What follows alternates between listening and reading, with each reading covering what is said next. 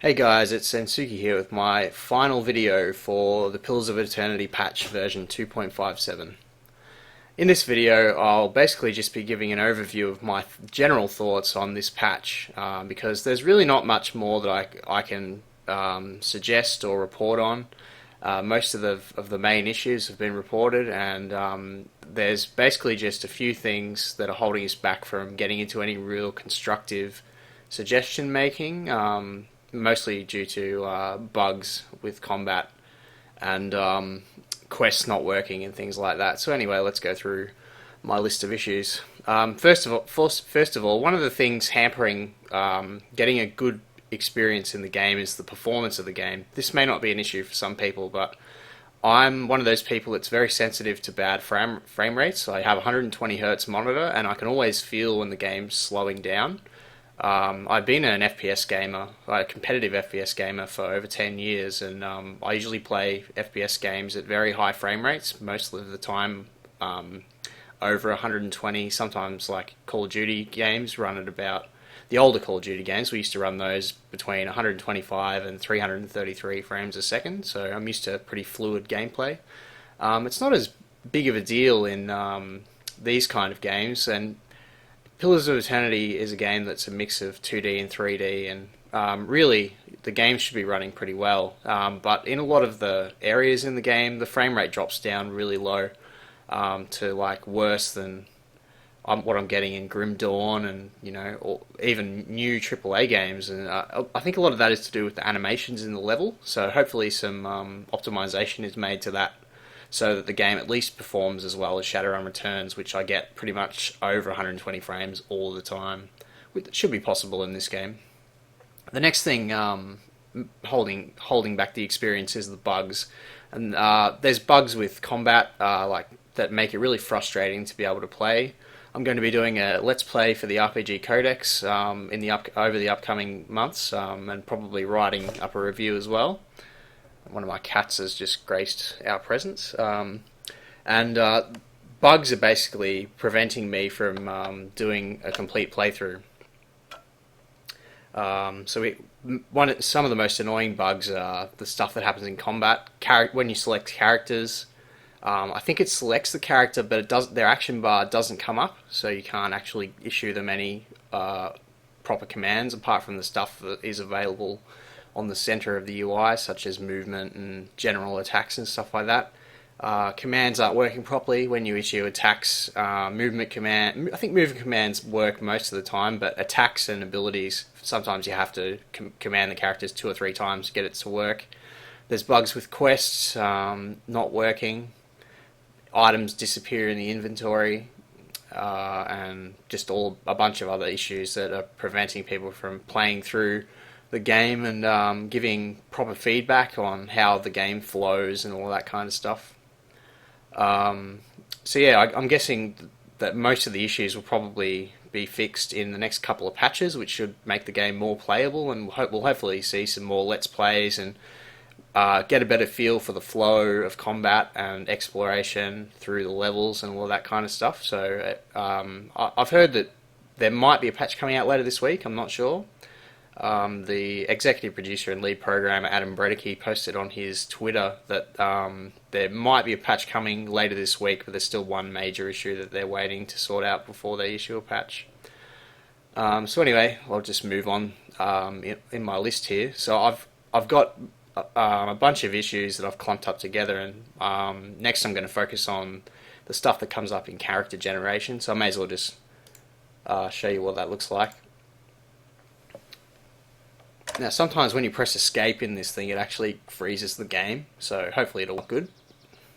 Oh, there we go. Okay, so now one of the issues. This isn't really an issue, but I think that Obsidian have wasted a large amount of resources on this character creation screen. It is much more involved than it should be. It looks like they've rendered a screen from the 3D level of the first area of the game for the background, and they put a lot of effort, probably more effort than they really needed to, in the 3D models of characters and stuff like that. And I don't know, it just appeared like I was talking to the lead character artist, and he was saying that even they realized that they probably spent too much work on the character creation screen, and it's ending up eating into a lot of development resources, and it's preventing them from moving on from some of the art team to moving on to working on the expansion as well. So in hindsight, I would have just gone for a much more simple character creation screen, something like it was in the Infinity Engine games, with just they didn't have to go all wazoo on all these menus popping out and all that kind of stuff. It just could have been a simple button character creation screen. One of the more revered members of the RPG Codex, Vault Dweller, said that it would have been better to have more stuff on the screen at the same time, but I think the reason that they've chose to separate it is so that new players aren't as overwhelmed with the amount of decisions that you have to make at once, which is fair enough, I guess. And one of the things that they could improve is the size of these boxes in the character creation screen. They're quite small. It does. Think the reason that they did it is it gives a sense of space for the avatar of the character here, but for stuff like the class descriptions, there's just not enough room for the amount of text that is on the screens. Like for the wizard description, I think the explaining how wizard spells worked takes up literally the whole box. So if they could increase either the height of the elements or maybe increase the full size of the elements a little bit, I think that would make it a bit easier to read on the fly, because currently, like, I was doing my own versions of the spell descriptions, and it was just a real pain in the ass to try and get the right formatting, just with the amount of space that you're working with. The other thing is they're using bitmap fonts, so they're really hard to edit without using NGUI itself, because you can't add in bold or any of that kind of stuff without going through a massive headache. One of the annoying things when you're playing a priest is one of the deities is actually missing. This is something that one of the developers during the pre-production phase, George Zeitz, keyed up on. I don't think anyone else mentioned it at the moment. So when you're picking a priest here, you pick a deity, and one of the deities in the game is called Galawain, and he's the god of like the beasts and stuff, and that's not actually a choice in the game. So I'm wondering if Galawain was cut simply due to not having enough resources to be able to add in enough options for that in the game, like dialogue choices and all that kind of stuff. I'm not sure, but anyway, if it is possible to put that in as an option, I think that would be good. The next thing is the attribute screen, so I'll just jump across to attributes. Now currently there's a bit of imbalance as to how effective attributes are, and there's a couple of attributes that are almost worthless. So the two most powerful attributes at the moment are might and intelligence. Intellect. Intellect is good because it scales the durations of abilities and the AOE's of AOE abilities, and the impact of the attribute itself is quite large. As you can clearly see when you're placing a wizard spell like a fireball. If you don't have a massive intelligence, the AOE is not actually that large. Nowhere near as large as it was in the Infinity Engine games anyway, and currently their scaling of this attribute is a bit out, because some of the AoEs you actually can't avoid hitting your own wizard with some of the spells with maximum intelligence, which is pretty funny, and the durations of some of the abilities are just insane when you've got a high intelligence. I think if you have like 20 intelligence with a monk and you hit someone with a stunning blow, the duration's like 20 seconds or something ridiculous like that, which is just off the charts. And currently, some people have been doing some maths with spreadsheets and stuff like that, and might is actually a more powerful stat than dexterity is. Dexterity gives you accuracy, but it only gives you 1 point of accuracy per point of dexterity, whereas might gives you 2% damage and healing, which works out giving you more overall DPS than dexterity does. I haven't actually made those calculations myself, because maths isn't really my strong point, but there's every person who's done mathematical calculations has worked out that might is stronger and gives more DPS per point than dexterity does. Not saying that dexterity is bad, just that if you want raw damage, might is better. And the Muscle Wizard is actually very strong at the moment. And the other thing is that Might also gives you healing as well. So every time like the priest casts a healing spell, you get like a huge boost in the amount of stamina regained. So currently, Might and Intelligence definitely bump those if you're planning on jumping in the beta.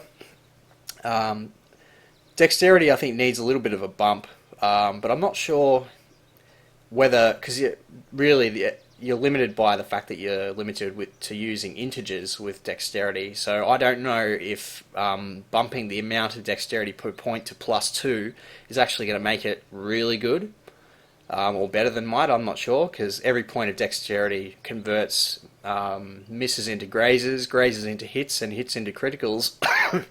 And once the accuracy starts getting a lot higher than defense, then you'll start scoring a lot of criticals, and that ends up giving you a lot of damage. So they're definitely in the ballpark, though, those two attributes. Same with intellect. I don't think much work needs to be done with those to make them balanced. Constitution seems about right. I haven't really done enough playtesting. The amount of hit points, I think there appears to be a couple of bugs with the amount of hit points that classes get. So I can't really give much insight onto that, as it seems to be doing its job, but more testing needs to be done. Perception and Resolve, though, like these attributes are pretty much worthless. Like I always dump these down to about 5 on all of the characters I've created, because there's really no reason to take them. Perception is okay on some characters, like if you're using a short bow as a ranger, your animal companion ends up doing most of the damage anyway. So one of the tactics that people have been using is putting a high perception on their ranger, so that their ranger can cause a bunch of interrupts with weapons like a hunting bow. But on most other characters, it's not really worth investing in.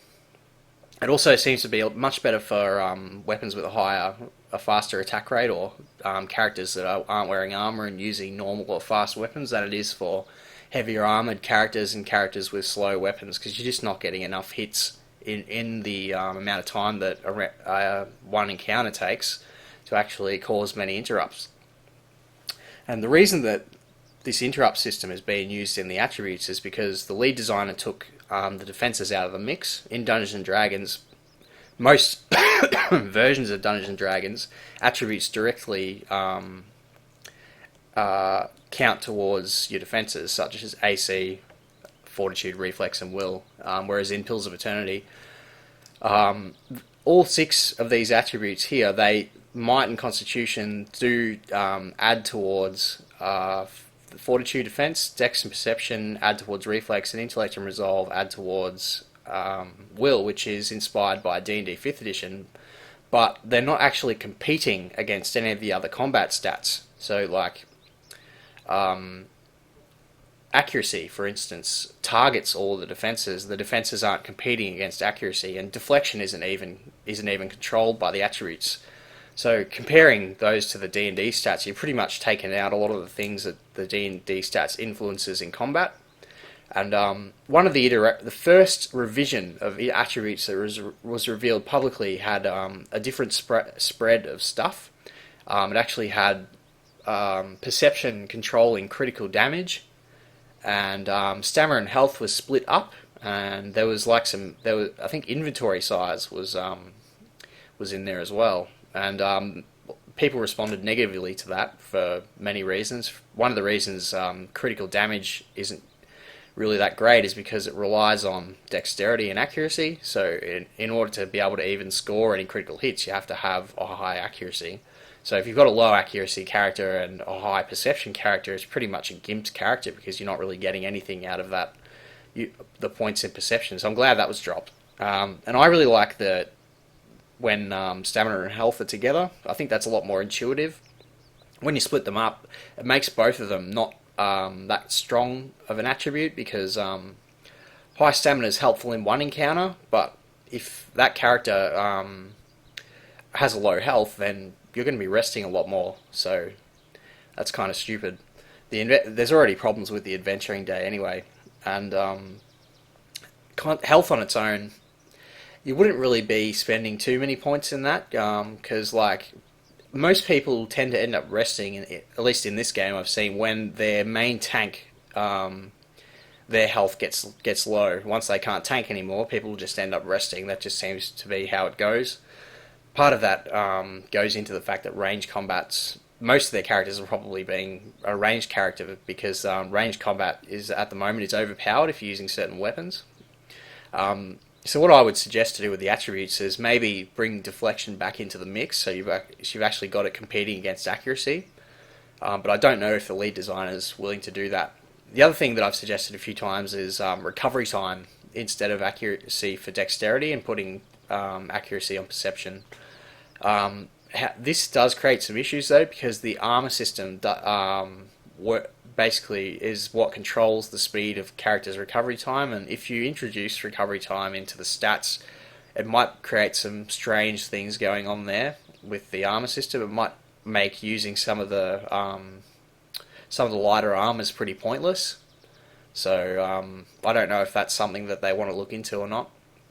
Other than that, there's a few other suggestions, like some people have been saying critical hit chance to increase or decrease the ratios or something like that. But other than that, there's also hostile effect duration as well, but there's not really many other combat stats that I can think of that you could really use for what we've got left. So maybe one of the constraints from the attribute system needs to be taken away to make it more of a balanced system. The other thing you could do is make interrupts more powerful. But personally, I think that interrupts should just be not even connected to attributes, because they're in the Infinity Engine games. Basically, you cause an interrupt every time you cause damage. And that was fine. Like, there was no stun locks or anything like that. It made some abilities that were low damage really powerful, like summon insects and poison. In the Baldur's Gate games, at least, were really strong. And that created constant interrupts on characters, preventing them from being able to cast spells. I don't know if that's the direction they want to go, but it just seems to me like it's a pointless addition to the attribute system.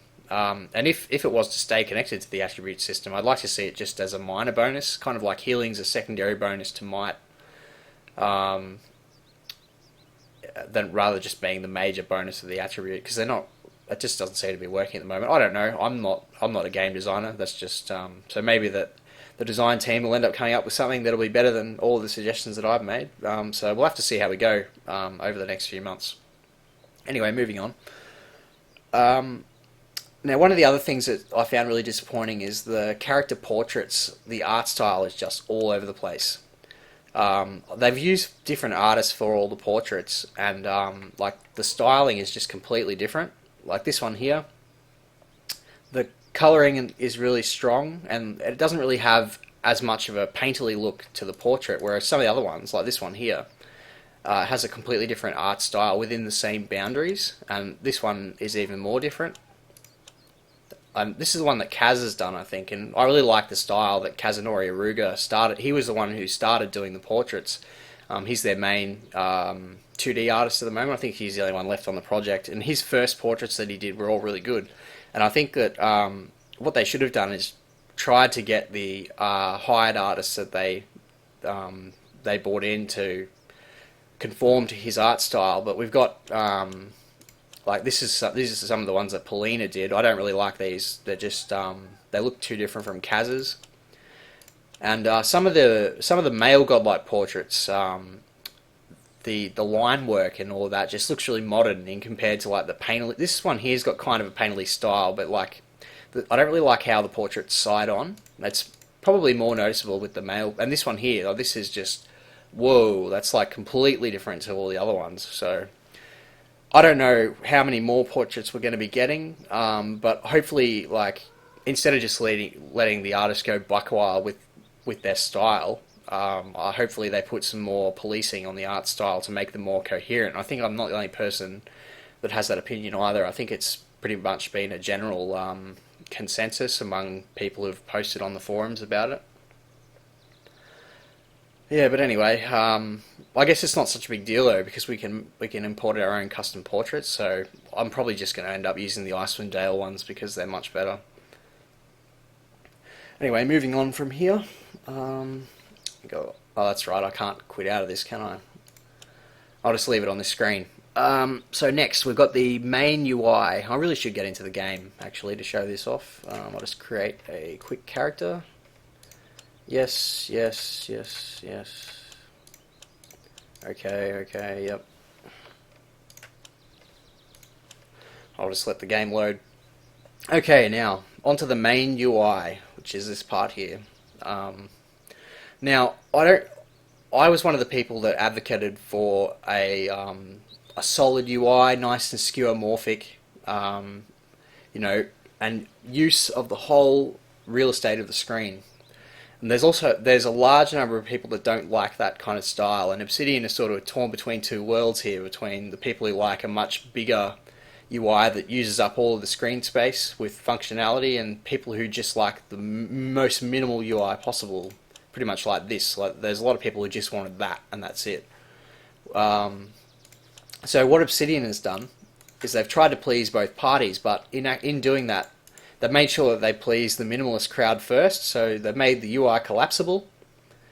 Oh, where's the combat log button gone?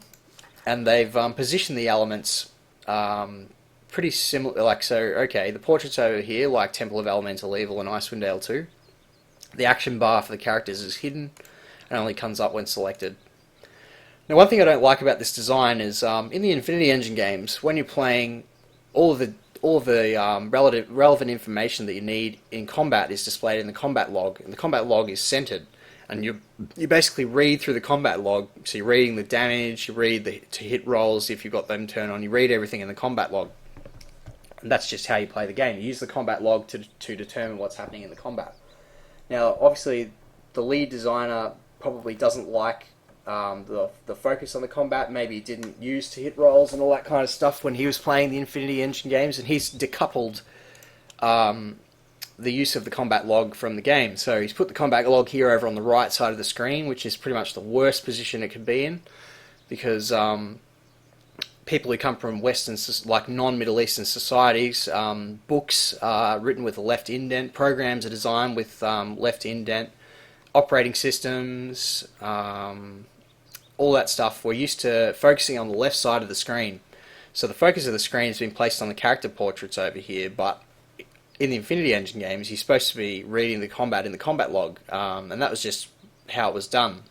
So in Pillars of Eternity, the game has been designed so that you don't have to use the combat log at all. Damage floats appear over the units when you hit them, and the actual rolls for combat are not displayed in the combat log. You have to mouse over them to get the detailed information. You just showed, like, character X has grays, character Y. It doesn't give you transparent information, and all the amount of stuff that comes in the combat log is just ridiculous. Like, it pastes literally every action that happens in combat, so it's really difficult. You can't even read it on the fly. It's completely pointless. You can go through it when you're paused or after combat to discern what's happened, but on the fly reading of the combat log is just, you're not supposed to do it.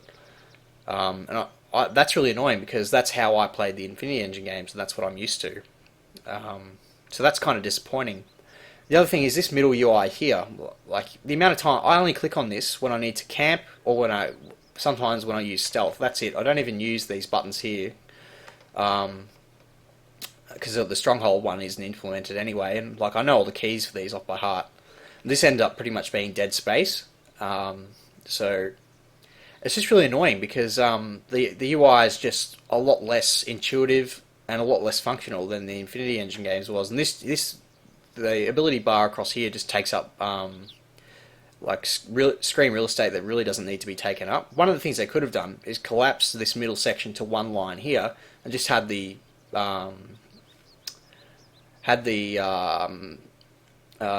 action bar across here, and then you'd be using up the whole bar, and you wouldn't even need to use this screen real estate up. That would have been, pretty good.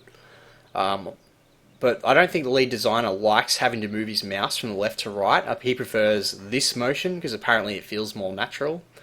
I don't agree with that at all. I think that having the action bar here would actually be really good, because then you could leave it up the whole time as well. Well, I suppose Yes. you probably wouldn't leave it up the whole time. You might just have it appear there, or something like that, when you have one character selected, and you could just have a single bar across there. I don't know, but anyway, I just don't like the overall main UI design. It's just you know, not how I like it. So anyway, there's a couple of other things that could have been done a bit better. Currently stealths all of the characters instead of the one you've got selected. That needs to be changed. So here I have one character selected. I press stealth. It stealths everybody. It should only stealth the characters that you have selected. And page up and page down should also increase and decrease the size of the combat log like it does in the Infinity Engine games. The formations menu also causes massive lag. Like when you open the formations menu and move a character in the formations menu, I'm not going to do that at the moment because it'll just lag the game. That creates a lot of lag, and the formations themselves are too wide. For instance, in the Infinity Engine games, characters would be like this, whereas in Pillars of Eternity, like they're spaced really far apart, and that doesn't really work with the lower camera angle. So like when I'm trying to cross the bridge in this level, the bridge on the other side, not this one here, it makes it really difficult to, sometimes the pathing screws up, and I think it would just be, if they decrease the amount of space between the blocks in the formation menu, that would make it a bit better. Another thing that's really kind of strange is the character size relative to the size of the maps is actually a lot larger than they were in the Infinity Engine games. It just seems that way anyway, and combined with the run functionality, this makes it kind of ruins the feeling of exploration. It ruins the pace of moving through an area, and it just like Yes.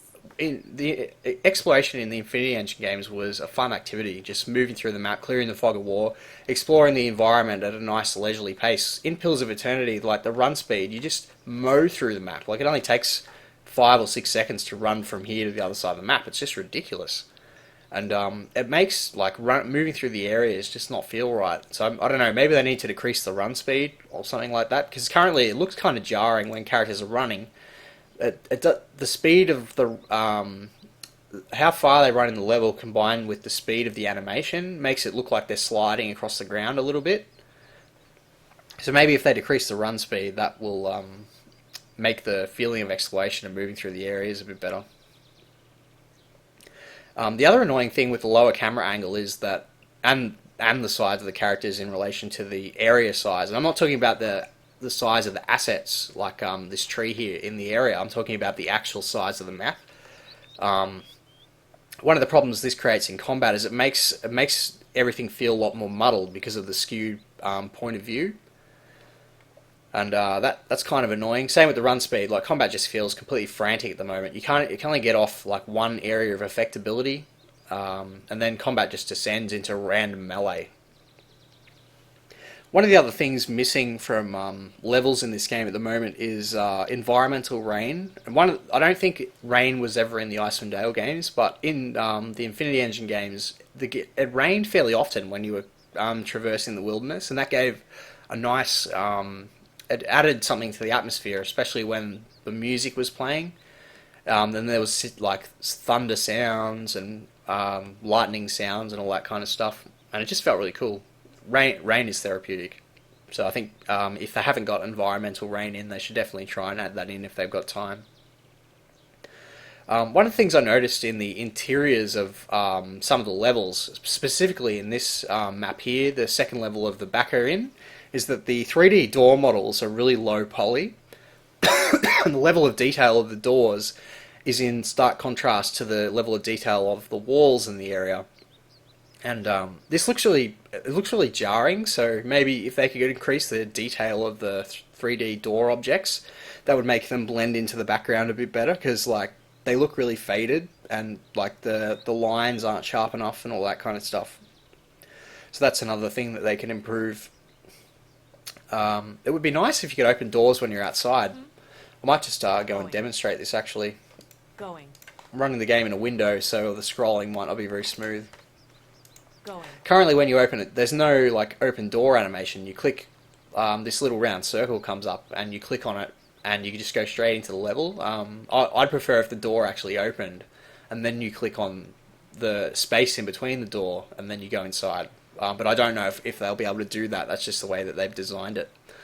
Another thing that's really annoying is you can't split the party up at the moment. Like, I can't send this character inside. I can't have two characters on the bottom floor of the inn and three on the top because it requires full party transition to go to transition between all areas. Whereas in the Infinity Engine games, the interiors of most maps, not all interiors, but a lot of them, they were just child areas of the parent area, and how it worked is you could just send one person into a house, they could rob the house, and you could come outside, and the other characters would be in the exterior.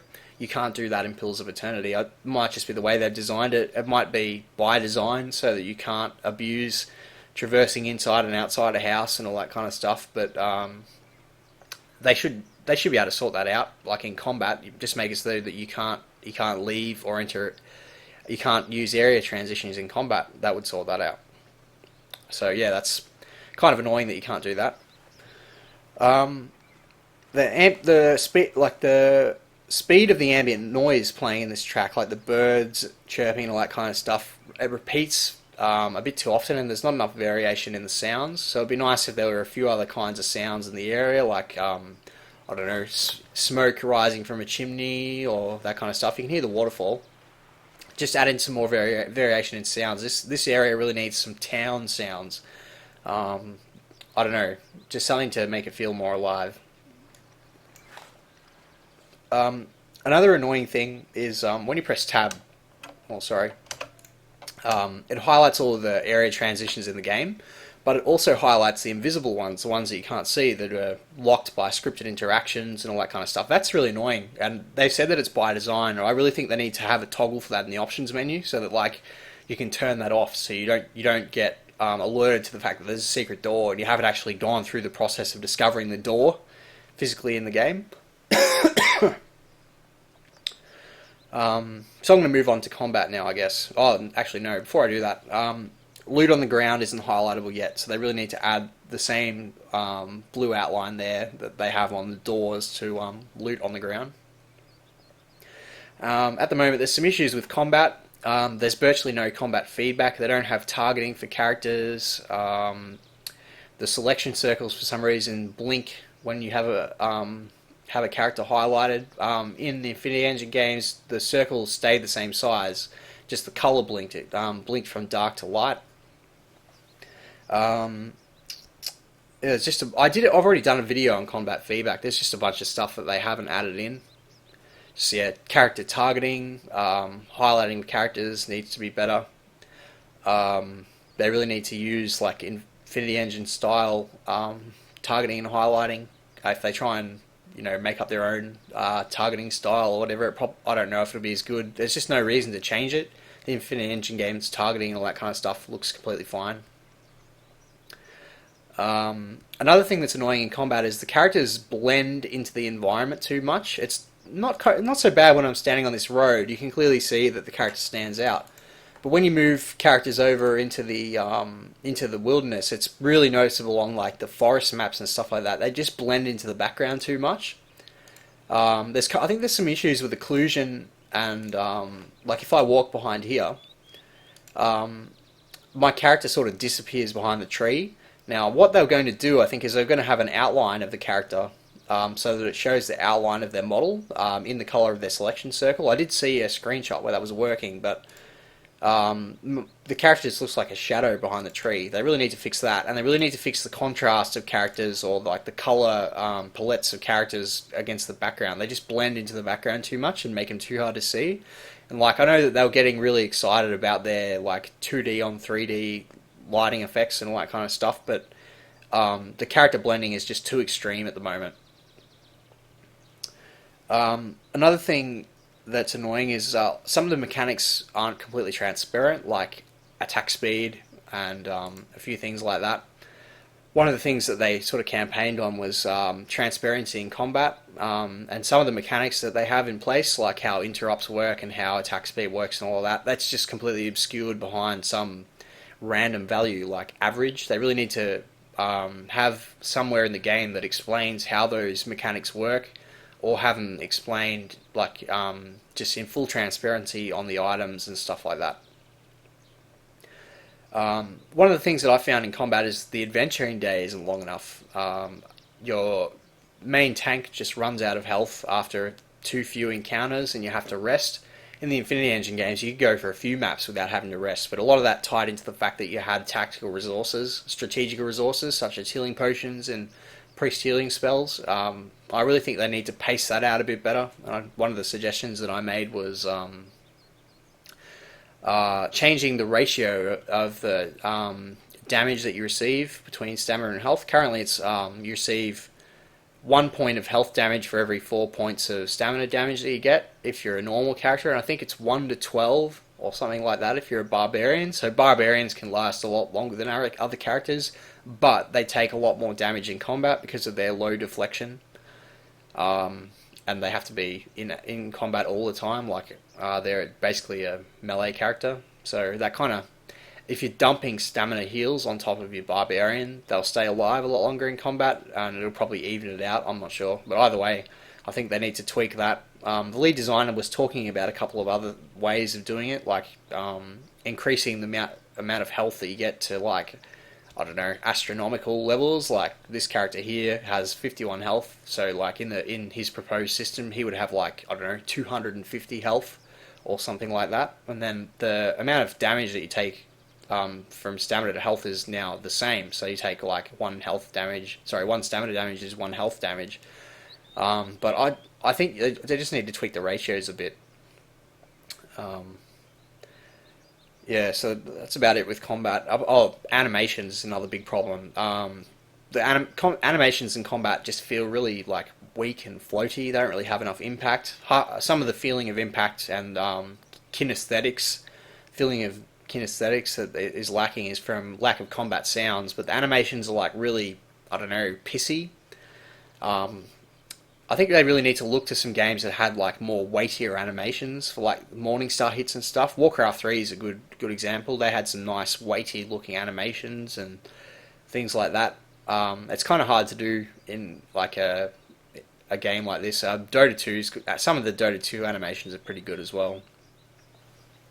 And I think like there needs to be more idle fidgets for characters, as currently they look pretty idle just standing there. In Baldur's Gate, they sort of move their arms up and down and stretch and all that kind of stuff a bit more often. And there also needs to be more fidgets in combat as well. Currently, during recovery time, characters, they just look completely idle. They need to like move their hands, and they need, I don't know, they just need a better combat idle animation with like higher weapon guards. Like if you have a shield, characters have a shield, they hold it to the side of their body. Like that's bullshit. You're supposed to hold your shield in front of yourself in combat. You don't hold it to the side. Looks almost as bad as the fight scene between Bronn and can't remember the guy's name now. In the episode 6 of Game of Thrones, that fight scene looked terrible because the guy didn't hold his shield up. His name, I can't remember the guy's name for some reason. I read the books 8 times, but I can't remember the guy's name, so that's not very good. Combat sounds, obviously there needs to be a lot of those. There needs to be a lot more sounds in general. So hit effects, blood particles coming off the characters, different sounds for different weapons and all that kind of stuff. Armor clinks, all that kind of stuff needs to be added in. That will make the game feel a bit better. If I can get my fucking mouse to move my text document down. There we go. One of the other things that annoys me is the UI size. Now, currently I'm running the game in 720p, so like when I open the inventory screen is actually full screen. This is how it should be on every fucking UI size. On 1080p, the inventory looks really small, and like I'm planning on upgrading to a 1440p screen probably within the next 6 months, and the UI on that will just look shit because the UI screens are all rendered in 720p and they don't scale. So like if they have a high resolution version of the art somewhere, please render out some high resolution versions of the art and make it scale higher, because like screen sizes are going to be getting bigger over the next few years, and like this 720p UI screen is not going to cut it. Another annoying thing about the UIs is the uniformity between them. They all require different navigation from closing the UI and all that kind of stuff. They all look different. They all look have like a different feel. The way you navigate them through them is different, whereas the Infinity Engine games had like uniform UIs. The way that you navigated through the UI was the same. It all had a big done button at the bottom. They all looked uniform. They fitted in with the main UI. It all looked fantastic. This game, the UIs are all over the place, and I've already gone through this in another video, so I don't really need to harp on about it, but they really need to improve the UI uniformity. I really don't like the inventory system, and again, I've made a suggestion on this already. I think the limited inventory space for individual characters is really annoying. I don't really like the stash system being limited. Basically, it is the same as the Infinity Engine games inventory system, except the stash is acting as a bag of holding, except it's a bag of holding that you only get access to at certain points in the game. And some issues I can see is that you'd be able to make a mistake. Like if you want to pick up an item and use it and you accidentally send it to the stash, you've got no way of getting it back until you either rest or go to a shop or an inn or something like that. And I can just see people metagaming around the fact that they don't have the right items in their inventory. They'll just save the game before a big fight. If they don't have the right thing, they'll go back and they'll rest or do something to make them be able to open up the UI and put the right items in. So I don't think that like limiting players' access to the inventory just during natural exploration adds anything to the game. I think it takes away from it. The other thing that kind of breaks immersion with that is you can craft an item on the spot anywhere, but you can't open your inventory. Like that just doesn't make sense. Also, the feedback in the inventory needs to be increased. I've already gone through over this in one of my videos, but like there could be tooltips highlighting over all these things, giving some more better values, like all of the DTs against all the damage types. You know, better highlighting. Like you could have the base weapon damage in here as well as the actual damage that you're doing. Speed could be like show the amount of frames that the weapon takes to attack or whatever. Blah blah blah. I'm not sure. Just some general better feedback in the inventory. One of the other things that's been bothering me about this game is the itemization. Like the special properties of effects in this game don't really feel as unique or special as they do in the Infinity Engine games. Like in the Infinity Engine games, like in Baldur's Gate or whatever, when you found a sword that did like +1 cold damage, well, that was a big deal because like how many other weapons in the game did cold damage? Pretty much none. It was just that one longsword +2 Vascona or whatever, and all of the items, they felt unique because they were like one of the only items you could get that had that special property. In Pillars of Eternity, there seems to be like there's a lot of item properties, but you can add a lot of them through the crafting system, and a lot of them just don't feel unique. Like apparently there's a couple that spells will proc if you get critted or something, like when you have a shield or whatever. That's good. Like that kind of stuff is cool, but just the general itemization just doesn't feel as special as it does in the other games. Like the amount of different things that items can do in the Infinity Engine games. I think Baldur's Gate 1 and Baldur's Gate 2 probably had the best itemization in that. In the Icewind Dale games, you had like doubling up of effects on different weapons. Like there was longsword +2 confusion, but there was probably confusion on another weapon, that kind of stuff. I also think that swords should be renamed to longswords because, like, I don't know. Have you ever seen a game that just has sword as the item? That only games that don't have any nomenclature have that. So I just think that's really weird that this game of all games, where it has like, you know, poleaxes and arbalists and stuff like that, it just has a standard sword. That's just strange. I think change the name to a longsword or something like that. Or it doesn't even have to be a longsword, just some type of sword. Just decide what kind of sword it is. Of the music in the game, I really like the main theme. I think the main theme's nice. It's nice to have a more toned down main theme than all the Infinity Engine games had. They were fairly sort of, you know, in your face and like really full on, and listening to them over and over when you're like sitting in the menu screen is kind of fatiguing. Pillars of Eternity main theme doesn't have that. You know, you can have it on in the background, you can have the character screen open for a while and it doesn't bother you. It's pretty toned down. It's got, you know, nice coloration of instruments and all that kind of stuff.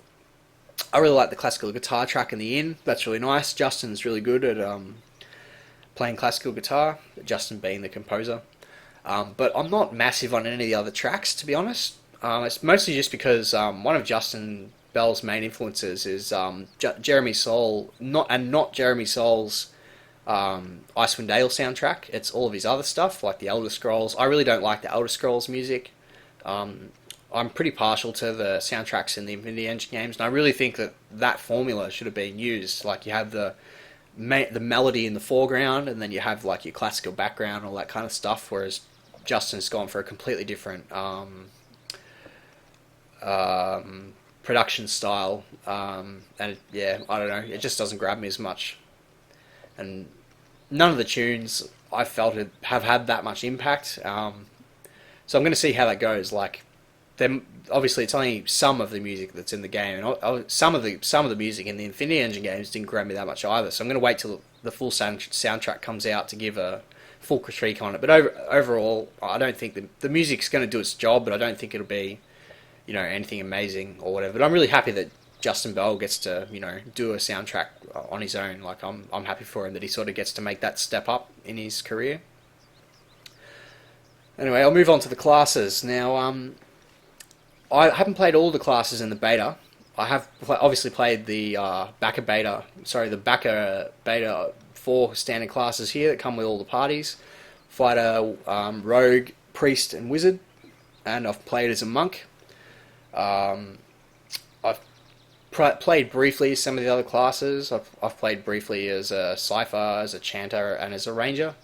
The Cypher, the Chanter, and the Ranger at the moment are the most fun classes to me because they're all using new mechanics. The Animal Companion combined with the Ranger thing is really cool. The teamwork that you have to use, and the different things that you can do with that is really interesting. I really like the Chanter as a class. Their chant mechanic is really awesome. I really like the invocation stuff that they can do.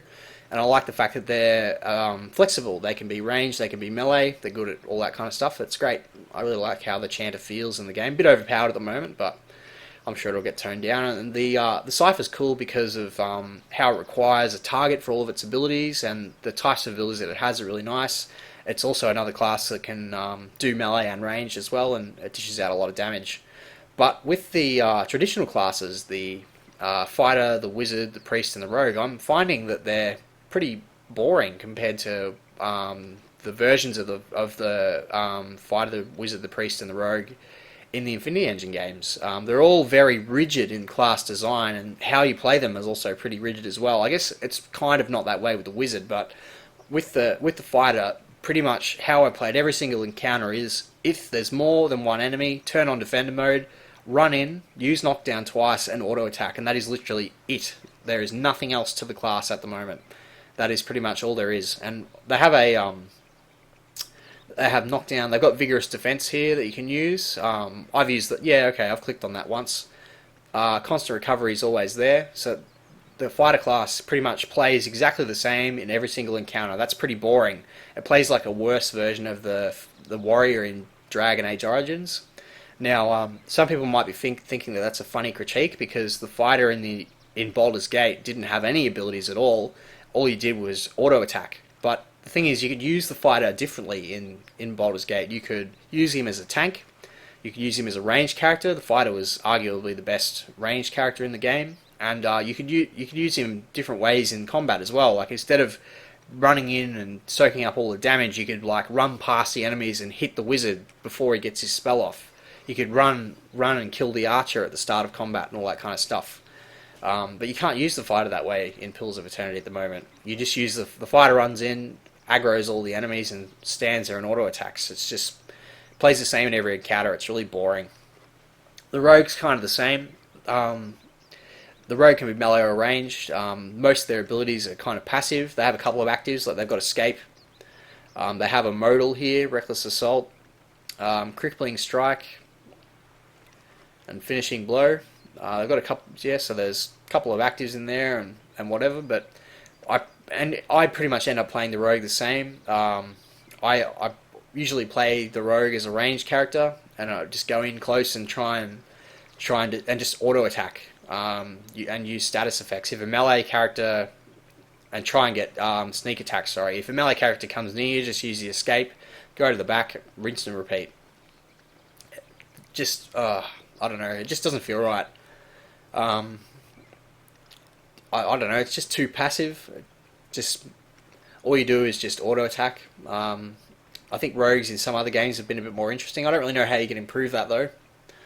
The priest is kind of bad as well. All you do really is you just spam healing spells and buffs, and you maybe do a ranged attack or two. The priest is shit at melee combat, and you can't pre-buff in this game either. So all you do is you get off the important buffs first. You cast heal, and you do a few ranged attacks, and that's just how the priest seems to play in every combat as well. And that kind of repetition is boring. You don't really have to adapt any differently to any encounters. I haven't had to swap out the weapons that I've been using or anything, so that's not really that interesting. The wizard just seems like pigeonholed into the same types of spells. Like you're either dishing out single target damage spells, AoE damage spells, or you're casting a couple of personal buffs. Like that is literally all the wizard is. The wizard just has way more flexibility in all of the Infinity Engine games. There's different types of spells like Greater Maleficent, all that kind of stuff. Just there's way more spell types in the Infinity Engine games. So the wizard, I don't know, I tend to open combat with a fireball, and then I usually equip him with like a heavy ranged weapon, because like you just seem to have more impact than using the wands. And I don't know, you just cast middle letters minor missiles until you run out of them. Or you use a couple of the other single target ones, because like the other AoE spells are useless in combat at the moment.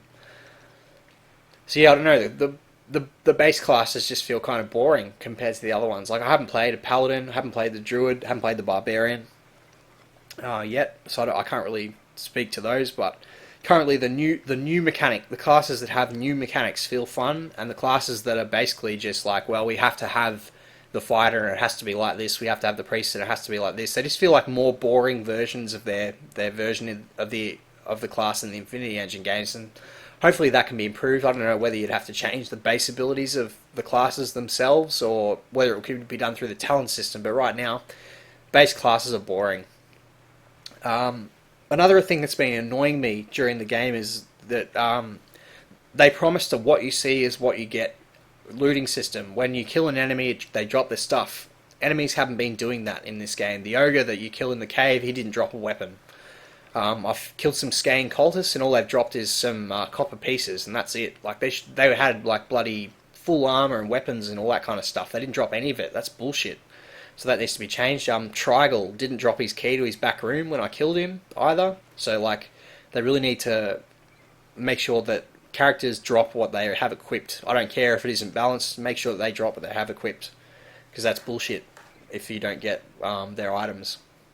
And the last suggestion I have is that some of the animals in the wilderness area, the Stormwall Gorge, such as the lions, they're always hostile.